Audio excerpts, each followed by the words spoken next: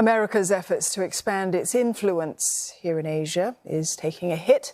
That's after President Joe Biden announced he's cutting short his trip to the region. And that's to deal with a debt ceiling crisis back home. And Mr. Biden was supposed to visit Papua New Guinea and attend a Quad meeting in Sydney. Now, these trips have now been dropped, and he will only attend the G7 summit in Japan this weekend.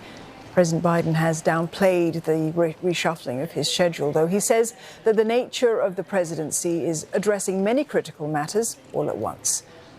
Meantime, Australian Prime Minister Anthony Albanese says that the Quad meeting in Sydney will not go ahead without Mr. Biden. Instead, leaders of the partnership will have their discussions when they meet in Japan for the G7 summit. The Quad is an informal group consisting of the United States, India, Japan and Australia. China sees the group as an attempt to push back against its growing influence in the Indo-Pacific.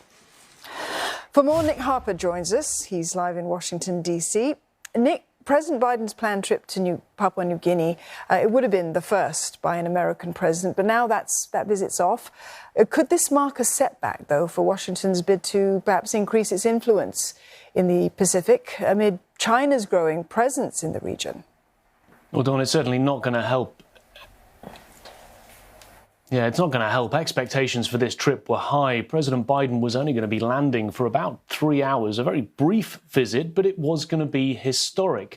And aside from those expectations, of course, the underlying reason for the trip is all about the US's attempts to increase its influence, to increase its partnerships in the Indo-Pacific region. So that is now off, and it causes a bit of a problem for the US because the White House has been at pains to say that the president can do it all. We heard from John Kirby, the National Security Council spokesperson, during the course of Tuesday saying essentially he could walk and chew gum. He could deal with domestic issues, but also his foreign policy agenda. And that's simply not true, proved by the fact that he's had to cancel this part of the trip, once again showing that domestic politics here in the United States have the potential to undermine that foreign policy agenda. And it doesn't help as well when you consider that President of China, Xi Jinping, visited Papua New Guinea back in 2018. The US is very much trying to play catch up. That was the hope from this visit, but of course that's now off.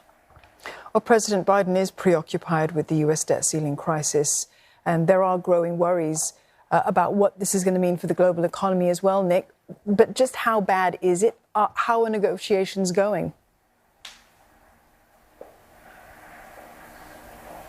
Yeah, it's not good. I mean, Tuesday's negotiations at the White House, the second round where we saw Biden meet up with the 4 congressional leaders, seemed to be somewhat more optimistic, at least the most optimistic noises we've heard so far. The Speaker of the House, Republican Kevin McCarthy, coming out of that meeting saying that they could potentially get a deal done by the end of this week. But he also noted, as did the Democrats, that both sides are still far apart. It could cause a major headache, not just for the United States, but for the global economy, because the thinking is that if the US defaults after that June 1st deadline, it could potentially trigger a global meltdown, a recession here in the United States. It'll impact markets around the world in a major way. There are several sticking points that both sides are still trying to work their way through.